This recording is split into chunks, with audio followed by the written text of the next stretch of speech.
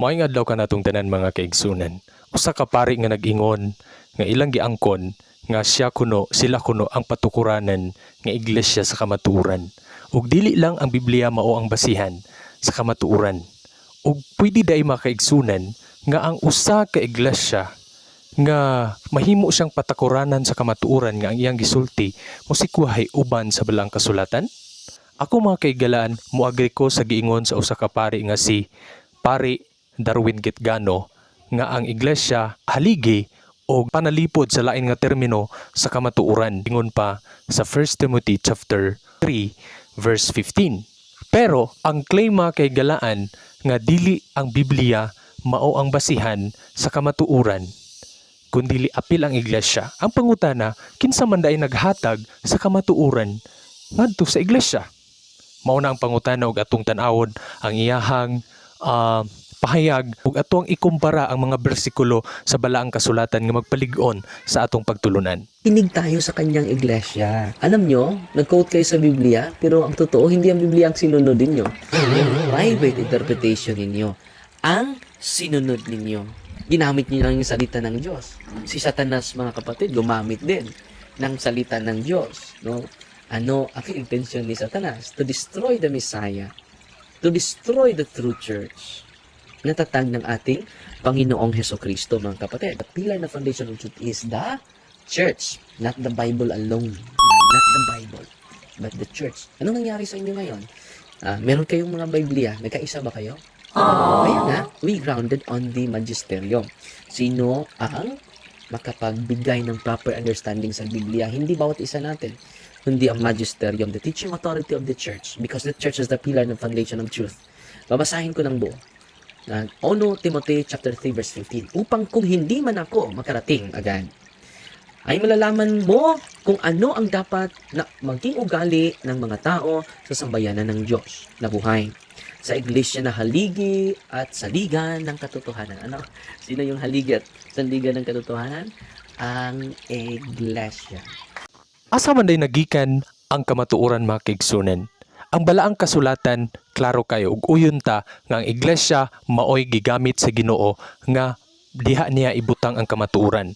Unang-una, ang gigamit sa Ginoo mao ang Israel. Giingon sa Roma kapitulo 3 bersikulo 2 nga ang katawhan sa Ginoo nga mao ang Israel, sila ang oracle of God. Ang oracle of God meaning siya ang pinialan sa kamatuoran.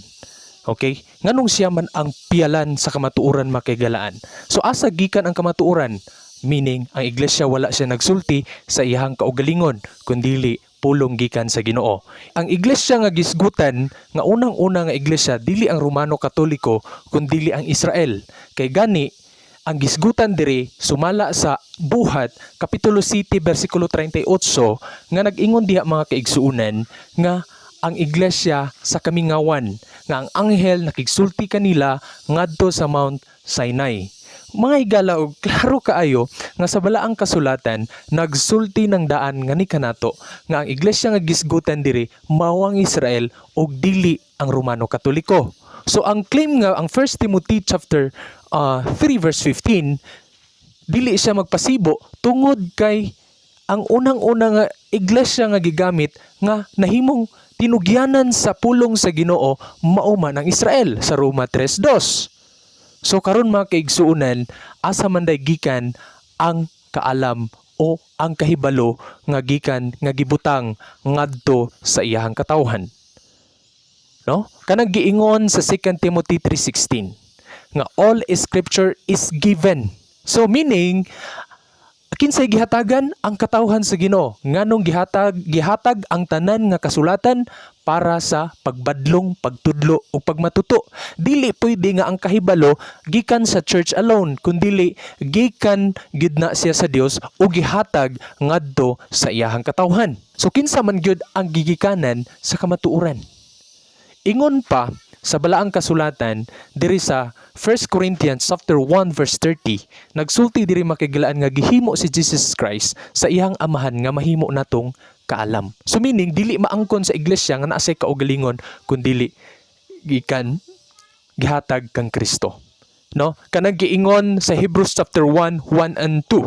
Nga gani nagsulti diha ang amahan sa una makigistorya siya sa mga propeta, no?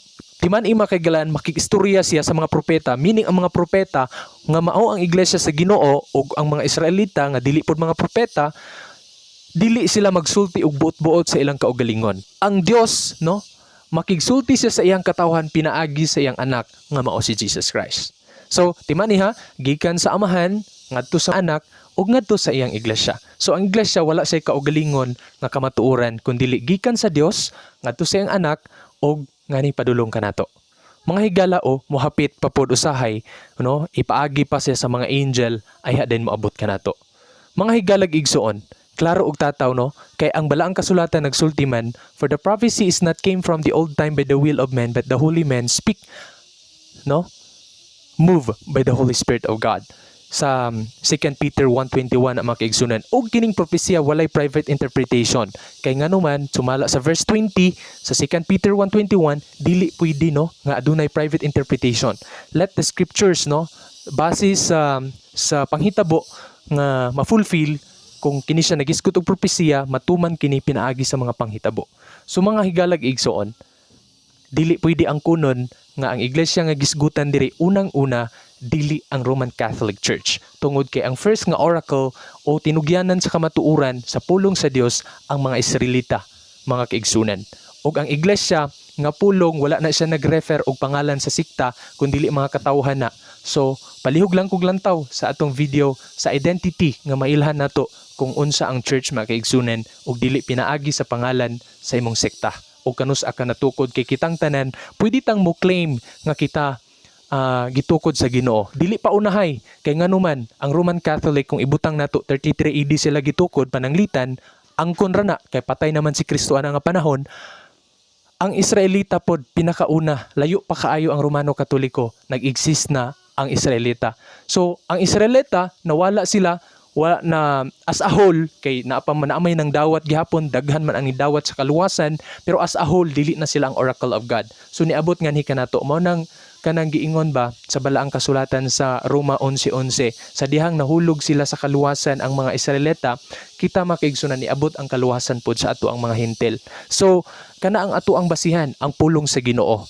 Dili ang giingon sa iglesia kundi dili ang giingon sa Ginoo. Kay nganuman dili pwede mag-contradict ang giingon sa iglesia sa giingon sa pulong sa Ginoo. Kanang giingon sa Isaiah 8:20 ba, kung sa balaod ug sa pagpamatuod siya nga dili magasulti niini, wala diha ang kahayag kaniya. Dili nato dugangan ni kuhaan kundi dili atong ikumpara og i-compare og atong i-analyze ang tanan nga mga bersikulo nga pagpamatuod. Og kana lang ako ikabilin sa inyo, kung bag-o pa ka ani nga channel, palihog lang ko og subscribes para sa atong kalambuan, mga kaigsunan, sa pagdala sa mensahe ngadto sa kalibutan. Daghang salamat.